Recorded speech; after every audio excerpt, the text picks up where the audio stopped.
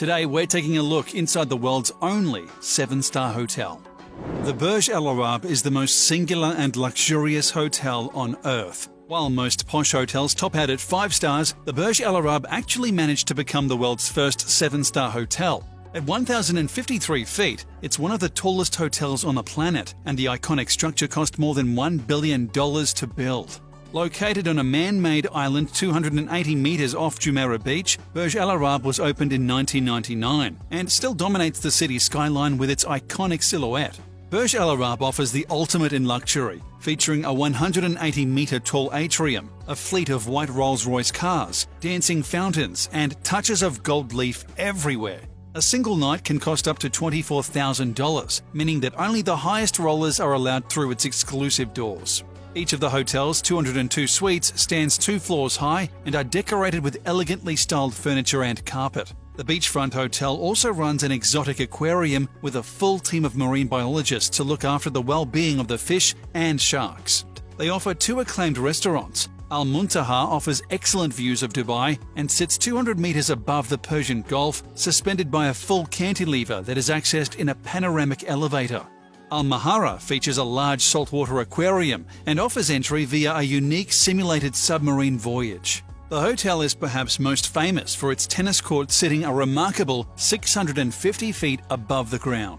In 2005, a grass helipad was converted into a 4,500 square foot tennis court so that Dubai could promote the upcoming Dubai Open Tennis Tournament. At the time, Roger Federer and Andre Agassi were in Dubai for the tournament, and they were invited to play a few rounds at the Burj's tennis court. The friendly match resulted in some now classic photographs of the 2 world-class athletes at the peak of their careers. For safety, a net was placed around the perimeter of the tennis court. It keeps players from falling off, but it didn't prevent them from losing several balls, which then plummeted to the earth. The converted helipad has also been used as a car race track, a boxing ring, and the jumping-off point for the highest kitesurfing jump in history. Guests at the Burj Al Arab will never run out of entertainment. The hotel features high-altitude sports car races and mixed martial arts fights, in addition to exclusive concerts and private events. As the middle and upper class have grown in China in the last 50 years, Dubai has become an essential destination. Chinese citizens made up 25% of bookings at the Burj Al Arab, and even a single night at the deluxe hotel is viewed as a status symbol.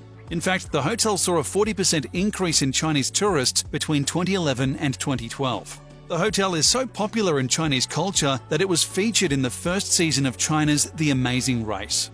If you ever need to leave the hotel, the Burj Al Arab has dozens of Rolls-Royces waiting to shuttle you around town. Otherwise, you can leave directly from the helipad or walk down to the private beach.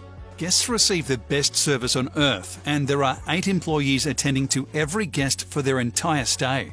There are 6 on-site restaurants, but the most renowned are Al Muntaha, which means the ultimate, and Al Mahara, which means oyster. The ultimate offers the best views in Dubai. At 660 feet, guests can watch over the Persian Gulf and the city simultaneously. Of course, they serve only the finest food inspired by dishes all over the Arab world. Guests can enjoy sumptuous sparkling date juice with berry tarts and roast beef. And don't miss the ultimate's legendary dessert, camel's milk creme brulee. Where else but Dubai could you find a delicious treat made from camel milk? Oyster can only be reached via a simulated submarine ride, which features a 260,000-gallon seawater tank stocked with tropical fish and sharks. Unsurprisingly, Oyster specializes in decadent seafood. The suites at Burj Al Arab feature dozens of rooms and a grand foyer with 3-story ceilings. They offer multiple bedrooms, lounges, offices, and bathrooms, complete with jacuzzis. In addition, the furnishings are courtesy of Hermes, a designer brand prized by wealthy people around the globe.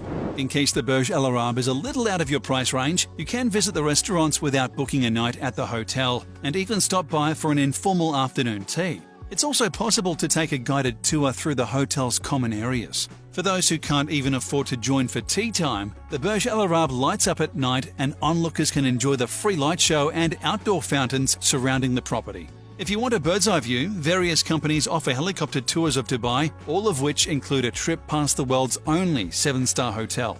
When the Jumeirah Hotel Group started construction in 1994, many people doubted that they could actually build a hotel of this stature. Although it took 5 years to complete, Jumeirah Hotel Group finally finished in 1999, but not before using an unbelievable amount of resources. The hotel required 43,000 square meters of glass, 70,000 cubic meters of concrete, and 9,000 tons of steel, 13,000 square meters of Carrara marble, 12,000 square meters of granite, 32,000 square meters of Italian mosaic, and 10,000 square meters of gold leaf. Many people see the story of the Burj Al Arab as a perfect parallel to the history of the United Arab Emirates. When construction first started in the 1990s, Dubai was not the cosmopolitan city it is today.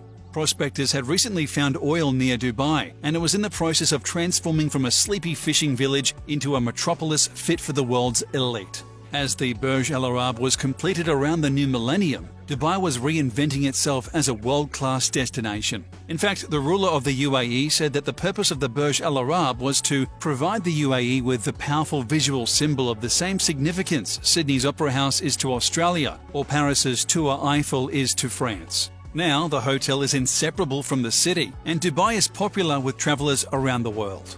Of course, the Burj Al Arab has competition now as luxury hotels pop up all over Dubai. The nearby 5-star Emirates Palace Hotel recently announced they would be selling gold from a gold-to-go vending machine in their lobby. The price of gold fluctuates in real time with the international price. The sizes are 2.5 grams, 5 grams, 10 grams, and 1 ounce. Interestingly, the machines themselves are coated in 24-karat gold.